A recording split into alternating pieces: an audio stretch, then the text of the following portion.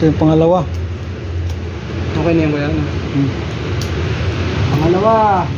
Tignan natin. Magana. Ito kay ano to eh. Dito. Kay Jenilyn ito. Para sa bundok. Meron siyang ano. Yun. Tignan natin kung basag. Tignan natin. Yun. Buo. Charger. Yun. Tignan natin. Tignan siya. Tignan natin kung basag yung panel. Okay. Okay siya. Okay naman. Hindi siya basag. Walang basag. Yung testing natin.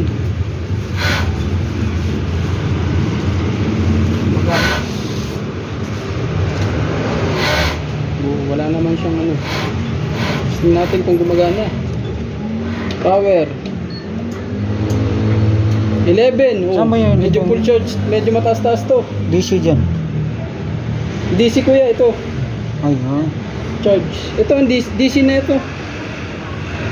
Pang ano lang pala to eh. Pang USB lang eh. Wala siyang katulad ng kay Riley. Nasaksakan ng pang charger lang eh.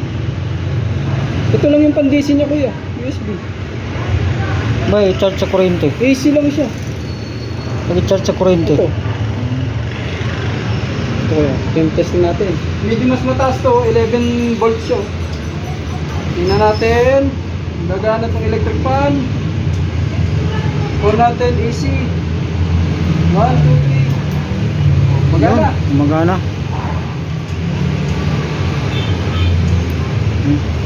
Ayos.